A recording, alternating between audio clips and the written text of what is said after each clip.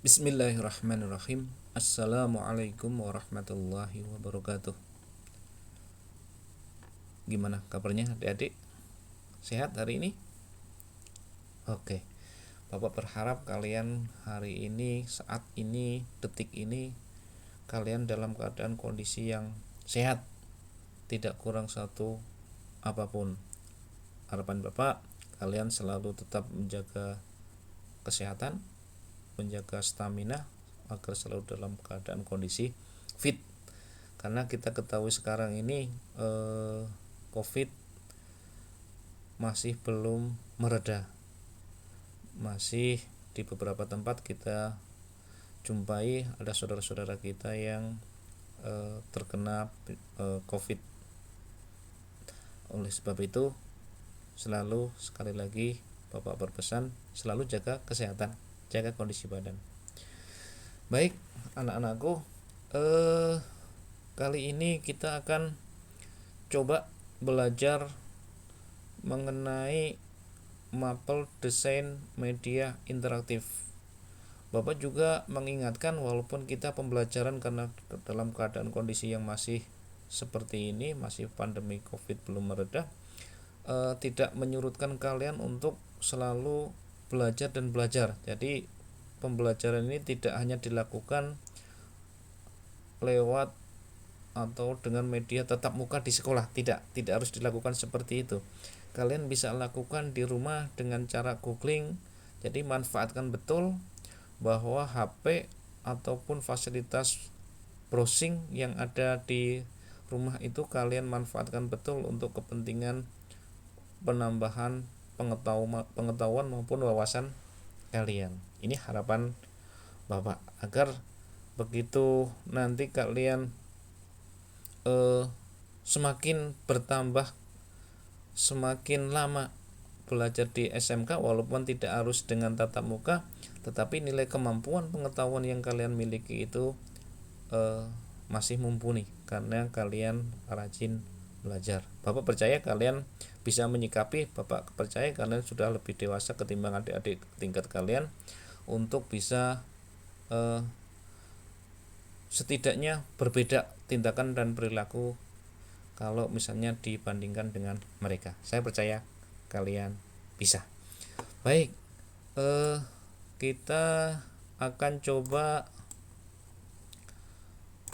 kali ini membahas satu hal yang berkaitan dengan desain user interface di mapel desain multimedia interaktif. Ini sama-sama menggunakan istilah desain tetapi di belakangnya berbeda. Kalau desain user interface kita belajar tentang materi yang akan kita pelajari. Kalau mapel desain multimedia interaktif itu adalah mapelnya. Oke, di sini ada 4 menu, 4 tombol yang nanti bisa kita lihat isi dari tiap-tiap tombol ini. Yang pertama nanti adalah KD, kompetensi dasar. Ini sebagai acuan rujukan kita untuk belajar. Yang kedua adalah materi. Materi ini landasannya nanti ngambilnya dari KD yang dipunyai. Terus yang ketiga, tombol ketiga adalah tombol latihan. Tombol latihan ini sebenarnya hanya untuk mengukur seberapa jauh, seberapa bisa Anda menangkap proses pembelajaran yang ada di bagian materi ini. Nah, di akhir dari kegiatan latihan ini nanti kalian disuruh mengerjakan soal yang pada akhirnya nanti diberi scoring untuk mengetahui seberapa banyak kalian bisa menjawab secara benar. Dan tombol referensi adalah tombol di mana ini menjadi satu acuan dari materi yang ada di bagian ini. Jadi ngambilnya nanti bisa dipertanggungjawabkan yang dicantumkan di dalam referensi. Ini bentuk nilai tanggung jawab, karena kalau misalnya saya tidak menyantumkan referensi yang dipunyai berarti itu termasuk plagiat. Baiklah, kita klik yang KD dulu. Di kompetensi dasar ini atau KD ini kita masuk ke poin KD 3.3. Ini berisi menerapkan prinsip-prinsip desain user interface pada multimedia interaktif berbasis halaman web dan media interaktif. Di awal nanti kita akan coba membahas karena di sini ada dua hal yang dipelajari, yaitu halaman web dan media interaktif. Di halaman web ini nanti kita coba di awal nanti belajar bagaimana sebuah web itu didesain, dan media interaktif yang di sini adalah kita nanti berkutat dengan yang namanya Adobe Flash. Itu KD-nya. Yang selanjutnya di bagian materi. Materi ini nanti berisi seperti ini. Kita sudah masuk ke bagian pembahasan berarti sekarang. Desain user interface. Kalau kita sering dulu mendengar yang namanya graphical user interface, ini sama-sama ada user interface-nya di sana, tetapi makna yang ada di dalamnya itu berbeda. Yang pertama kita belajar tentang desainnya, belajar tentang layoutnya. Kalau graphical user interface ini bagaimana sebuah layanan antarmuka, sebuah layout itu memberi kemudahan bagi penggunanya. Kalau sini diistilahkan desain user interface itu untuk berkomunikasi dengan manusia.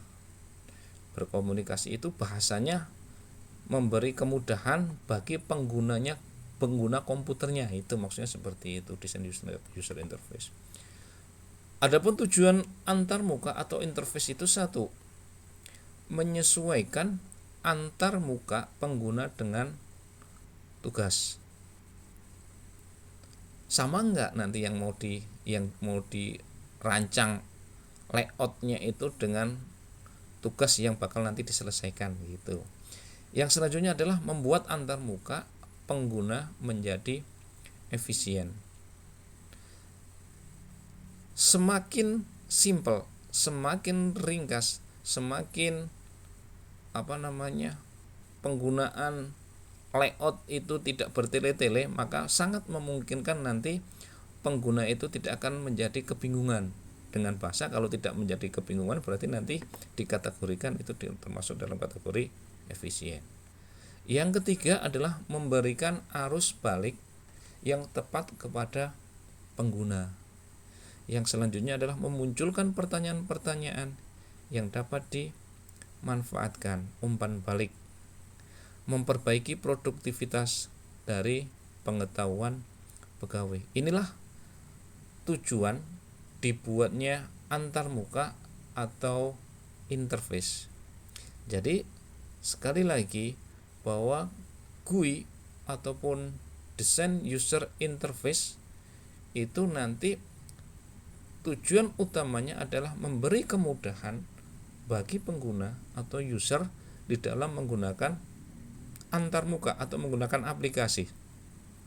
Semakin mudah seorang user menggunakan antarmuka atau aplikasi yang kita buat, maka berarti itu menjadi salah satu target atau tujuan dibuatnya desain user interface ataupun GUI seperti itu. Next. Sekarang tipe interaksi. Tipe interaksi yang pertama ada beberapa tipe interaksi yang nanti kita bisa berikan.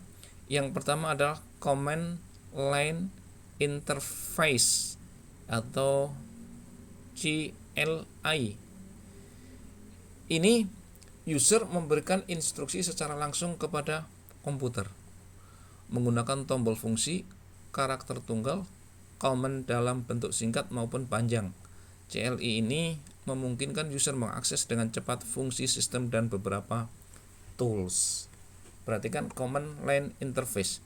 Jadi nanti pihak user atau pemakai itu memberi perintahnya itu dengan cara diketik. Maka di sini ada command dalam, kalau istilah di Windows, kalau kalian pernah buka yang namanya CMD atau command DOS, perintah itu munculnya di sana semuanya berbasis teks. Jadi kita harus ketikkan semua perintah-perintah yang ada di dalamnya. Itu yang disebut dengan command line interface. Jadi interface itu bisa dilakukan dengan cara diketik menggunakan keyboard. Yang selanjutnya adalah menu. Pada menu driven interface, sekumpulan opsi pilihan yang tersedia bagi user ditampilkan pada layar dan dapat dipilih dengan menggunakan mouse atau tombol numerik maupun alfabetik. Menu ini kalau kita sering menggunakan aplikasi yang berbasiskan Windows, contohnya nanti adalah Word, contohnya nanti di sana adalah Photoshop, contohnya adalah apalagi Corel Draw dan sebagainya yang aplikasi itu diinstal dengan sistem operasi Windows, maka menu-menu driven ini kebanyakan nanti adalah operasinya menggunakan mouse atau tombol numerik ini atau shortcut istilahnya. Seperti itu. Lanjut, natural language. Ini natural language dapat mengerti input tertulis, written input dan suara speech input. Namun masih ada kekurangan dalam hal ambiguitu. Nah, kalau kalian pernah masuk ke supermarket, maka bentuk input tertulisnya di sana itu menggunakan pembacaan barcode, menggunakan barcode di sana. Ini cara komunikasi seperti itu bisa dikategorikan dalam natural language. Ataukah nanti dengan menggunakan suara. Ini yang model-model sekarang orang itu kalau kalian bisa googling itu di sana tidak usah harus mencari sesuatu itu tidak harus diketikkan manual, klik ditulis menggunakan keyboard dan sebagainya. Cukup kalian menggunakan speech input dengan suara yang kalian masukkan, maka secara otomatis dari Google itu akan menanggapinya dan merespon apa yang Anda inginkan. Yang keempat, QA and query dialog. User diberikan serangkaian pertanyaan umumnya dalam bentuk jawaban za atau tidak atau z garis miring n, pilihan ganda atau dalam bentuk kode dan dibimbing tahap demi tahap selama proses interaksi. Ini nanti dalam contoh konkretnya bisa kalian lihat atau bisa kalian gunakan pas nanti di sesi latihan. Nah, itu contoh penggunaan QA atau query dialog. Pertanyaannya hanya sekedar ada pertanyaan, kalian pilih klik A, B, C, D atau pilih gambar dan sebagainya. Ataupun nanti ada jawaban yang hanya memilih jawaban za atau tidak, maka itu dikategorikan adalah QA atau query dialog. Yang kelima, form fields and spreadsheet. Bentuk form field adalah berupa display yang menyerupai selembar kertas dengan beberapa slot field untuk diisi. Spreadsheet adalah variasi dari form file. Spreadsheet terdiri dari satu sel yang dapat berisi nilai atau formula. Spreadsheet itu kalau kalian bisa perhatikan di paling gampang itu kalau kalian lihat di aplikasi Excel, di sana kalian bisa lihat di bagian bawah itu kan ada sheet yang muncul di bawahnya. Itu salah satu contoh model penggunaan cara berinteraksi di dalamnya. Jadi dalam satu file di dalamnya itu ada sheet yang banyak. 6. Ada WIM interface. WIM itu kepanjangannya adalah Windows, Icons, Menu, Pointers. WIM ini merupakan default interface untuk sebagian besar sistem komputer interaktif yang digunakan saat ini, terutama PC dan desktop workstation. Hampir semuanya Windows itu menggunakan yang ini. Ini cara berinteraksinya jauh lebih mudah. Jadi semakin kesini aplikasi itu dibuat semakin mempermudah bagi penggunanya, tidak dibuat bingung, tinggal klik, tidak harus bersusah payah mengetikkan perintah yang ada di dalamnya. Oke, yang selanjutnya kita akan belajar tentang 17 prinsip user interface. Ini kenapa kita perlu pelajari yang prinsip-prinsip seperti ini? Ini sebagai landasan kita, acuan kita, dasar teoritis kita untuk mendesain atau membuat project yang nanti akan kita buat. Yang pertama, di sini ada 17 prinsip user compatibility. Perhatikan di sini ada keterangan seorang perancang sistem harus benar paham tentang pengetahuan, cara berpikir dan cara menerima informasi dari user, sehingga sistem yang nantinya akan digunakan oleh user dapat membuat user lebih produktif. Dan yang harus diperhatikan juga adalah bahwa perancang, desainer atau developer tidak sama dengan user. Jadi seorang pengembang atau developer itu mendesain sebuah project itu bukan untuk dirinya sendiri. Dia mendesain, mendevelop itu untuk orang lain. Jadi jangan mengukur kemudahan itu menurut versinya sendiri, tetapi harus melihat user atau pemakai yang nanti akan menggunakan project yang akan kita buat. Itu seperti, makanya di sini ada user compatibility. Harus berhati-hati seorang developer di sini, memikirkan kemudahan nanti bisa digunakan oleh usernya, seperti itu. Yang kedua, ada product compatibility. Selalu mempertahankan kompatibilitas antar produk. Misalnya, mampu mengorbankan user interface yang memungkinkan sistem lebih kompatibel. Nih, ini yang bisa tahu seperti ini berarti nanti adalah seorang developer.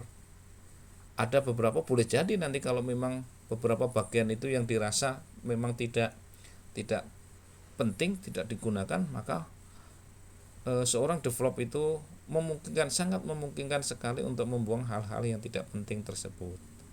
Tuh. 3. Ada task compatibility. Rancangan interface sistem harus sesuai dengan tugas dari user. Jangan sampai user kesulitan menggunakan. Ya, ini kaitannya dengan yang pertama tadi. Selalu diingat ini.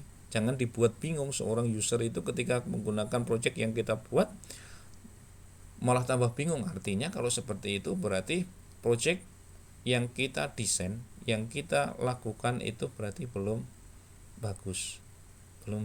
Karena belum memberikan nilai kemudahan bagi penggunanya. Yang keempat adalah workflow compatibility. Selalu mengorganisasikan setiap fungsi sesuai dengan kategori fungsinya sehingga dapat memfasilitasi segala perubahan tugas seorang user. Nih, jadi ini prinsip yang nomor 4 ini, prinsip yang mesti difahami seorang develop, ini seorang pengembang. Jadi kalau kita membuat sesuatu, sekali lagi buat bagian-bagian, kelompokkan bagian-bagian yang sekiranya memang itu mempunyai satu fungsi yang hampir sama menjadi satu bagian. Jadi tidak membingungkan bagi penggunanya. Yang kelima, konsistensi. Ini bahasa konsistensi ini sangat diperlukan ketika nanti kita mencoba membuat satu proyek yang memang betul-betul nanti dibutuhkan oleh seorang user. Contoh sederhananya nih, ketika user menekan tombol save, maka proses yang terjadi adalah penyimpanan, bukan hapus data. Ini kalau seperti kasus yang ini, seandainya ini salah, ini beresiko yang sangat fatal ini. Ya, kalau misalnya data ini tidak penting, kalau misalnya data itu penting dan harus disimpan dengan secret, harus disimpan dengan aman, karena kesalahan dari seorang developer dengan menaruh tombol save salah, perintahnya menjadi hapus, maka ini sangat berbahaya. Data yang dipunyai itu akan hilang. Kalau misalnya nanti data itu hilang, ini yang berbahaya lagi, kaitannya dengan orang banyak, nanti akan mendapat banyak komplain. Ini maka bagian yang konsistensi ini perlu mendapat penekanan yang lebih. Nomor 6. Familiarity. Konsep, terminologi, dan pengaturannya mudah dipahami oleh user. Seperti icon atau gambar recycle bin. Ini membuktikan fokus user terhadap gambar tersebut adalah file-file yang sudah dihapus sebelumnya. Ini familiarity itu hal-hal yang sifatnya sudah terbiasa dipakai oleh orang itu. Orang di mana-mana juga ketika menghidupkan komputer terus melihat ada di sana ada bak sampah recycle bin, orang itu nggak akan berpikir panjang, mesti itu adalah tempat di mana untuk membuang sampah. Ketika orang melihat ada tombol disket, berarti orang berpikir mesti di situ adalah perintah untuk menyimpan data. Ini sesuatu yang sudah terbiasa dilakukan oleh banyak orang. Oke, seperti itu. Yang selanjutnya simplicity adalah sediakan dan utamakan fungsi-fungsi yang benar sesuai dengan tugas dari user. Usahakan agar tidak menampilkan semua fungsionalitasnya. Jadi tampilkan hal-hal yang dominan saja. Simple itu maksudnya. Jangan banyak-banyak menampilkan banyak perintah yang nantinya malah membuat kebingungan bagi pengguna aplikasinya. 8. Direct manipulation. User dapat langsung menyaksikan aksi setiap pada satu objek. Contoh sederhana, pada saat kita menekan huruf A, maka di layar akan langsung muncul huruf A. Tidak ada delay. Ini yang diharapkan seperti itu. Orang kan kecenderungannya sekarang kan apa yang dilakukan itu cepat langsung direspon. Ketika kita membuat satu aplikasi atau project yang itu lama responnya, biasanya nanti akan ditinggal pergi. Bayangkan saja kalau misalnya kita lagi ke warnet saja, kita membuka aplikasi, membuka web yang web itu kita buka yang normalnya hanya membutuhkan waktu 2-3 detik, kok tiba-tiba nanti menjadi 10 atau 15 detik, kira-kira yang terjadi apa? Membuat kita makin kesal kan, seperti itu. Hal-hal yang seperti itu yang perlu kita hindari. Yang ke-9 adalah control. Prinsip ini sama dengan sifat user yang mempunyai pemikiran yang bisa berganti, karena harus merancang suatu keadaan yang dapat mengatasi itu. 10 adalah WYSIWYG. What you see in what you get. Nah, istilahnya seperti itu. Apa yang kamu lihat, itu apa yang kamu dapatkan. Seperti itu. Jadi sesuai dengan apa adanya. WYSIWYG itu mah seperti itu. 11. Flexibility. Lentur, gampang untuk menyesuaikan pada saat menyelesaikan masalah. Ini prinsipnya seperti itu, tidak kaku. Makanya seorang develop itu pasti akan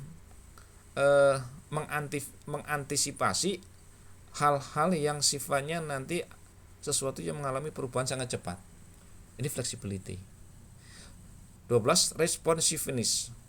Merespon dengan cepat. Ini masih ada kaitan dengan yang nomor 11 tadi. Merespon cepat jika user itu melakukan request, seperti menampilkan progress bar dan sebagainya. Itu responsif. Yang ke-13 adalah invisibility technology. Menyembunyikan detail teknis dari suatu sistem merupakan hal yang sangat direkomendasikan. Nah, ini di banyak pengembang yang sekelas misalnya kayak Microsoft, kayak Windows dan sebagainya, hal ini pasti akan dilakukan. Mereka tidak mau sistem yang dia punyai, aplikasi yang dia punyai itu bisa ditembus oleh orang lain. Maka dia berupaya untuk bagaimana sistem yang dia punyai itu bisa untuk disembunyikan, di hidden, seperti itu. Langkah selanjutnya adalah robustness. Sistem harus mampu mentolerir kesalahan manusia, baik disengaja maupun tidak. Makanya ada yang namanya recovery. Sesempurnanya orang, sekecil-kecilnya kita mencoba meminimalisir sebuah kesalahan, pasti nanti kita akan tetap menemukan yang namanya kesalahan. Seorang pengembang, develop, itu pasti akan mempersiapkan bagaimana seandainya jika kesalahan itu dilakukan oleh pengguna. Maka pengembang ini akan menyiapkan satu recovery system yang bisa mengembalikan sistem, mengembalikan data dan sebagainya yang sifatnya itu akan menarik ulang atau mengembalikan kesalahan yang dilakukan. Ini sifat dari robustness. 15. Protection. Prinsip ini kebalikan dari robustness. Kalau protection itu mencoba memprotek kesalahan-kesalahan, meminimalisir kesalahan-kesalahan yang kemungkinan nanti akan dilakukan oleh manusia. Jadi protection itu mencoba meminimalisir tingkat kesalahan yang bisa dilakukan oleh pengguna, sehingga tidak akan banyak kesalahan ditemukan. 16. Ease of learning. Buat sistem mudah dipelajari bagi user novice. Hal ini memberikan motivasi kepada user untuk menggunakannya. Hampir semua aplikasi yang dibuat sekarang ini didesain, dibuat, difungsikan untuk mempermudah bagi penggunanya. Tidak ada pengembang itu nanti membuat satu aplikasi kok sifatnya untuk mempersulit. Mesti ini akan dihindari. Maka konsep ini perlu dimasukkan ke bagian yang sekarang kita pelajari, yaitu ease of learning. 17. Ease of use. Membuat sistem mudah digunakan untuk expert user, sehingga sistem yang kita bangun tidak hanya dipakai untuk novice user, tapi bisa juga dipakai untuk user yang sudah ahli, seperti itu. Inilah 17 prinsip yang menjadi dasar bagi kita untuk nanti melangkah lebih lanjut mendesain sebuah project. Nah,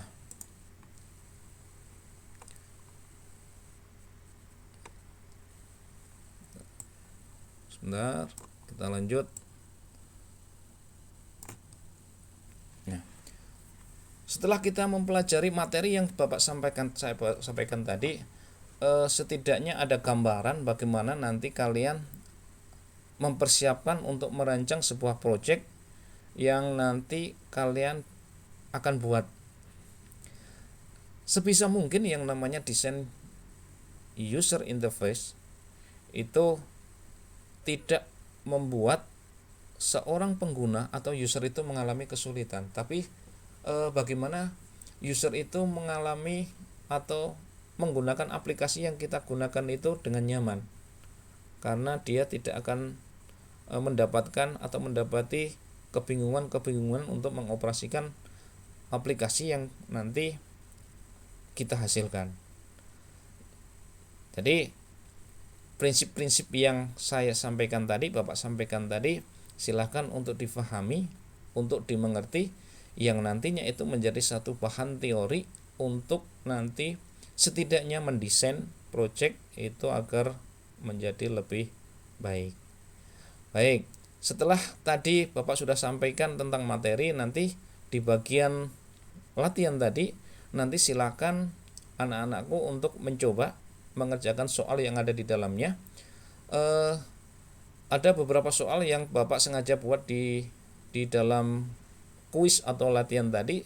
Silahkan nanti dicoba. Setiap soal nanti akan diberi poin tersendiri yang pada akhirnya nanti akan memunculkan skor dari pengerjaan yang kalian kerjakan. Tidak apa-apa kalau seandainya kalian masih belum paham tentang materi yang Bapak sampaikan, nanti Bapak akan coba share materi ini di YouTube. Kalian boleh tonton ulang kembali agar lebih paham lagi. Baik, terakhir kali sebelum Bapak tutup, Bapak mengingatkan untuk selalu memperbarui kemampuan, mengupgrade kemampuan kalian, mendapatkan hal-hal yang baru yang akan nanti mendukung kemampuan kalian baik dalam hal pengetahuan maupun dalam keterampilan. Seperti itu. Selalu jaga kesehatan, sekali lagi selalu mengkondisikan badan selalu fit agar keluhan-keluhan yang sering kita dapatkan di media, yaitu dengan adanya wabah COVID, tidak menular kepada kita. Baik Bapak, akhiri. Wassalamualaikum warahmatullahi wabarakatuh.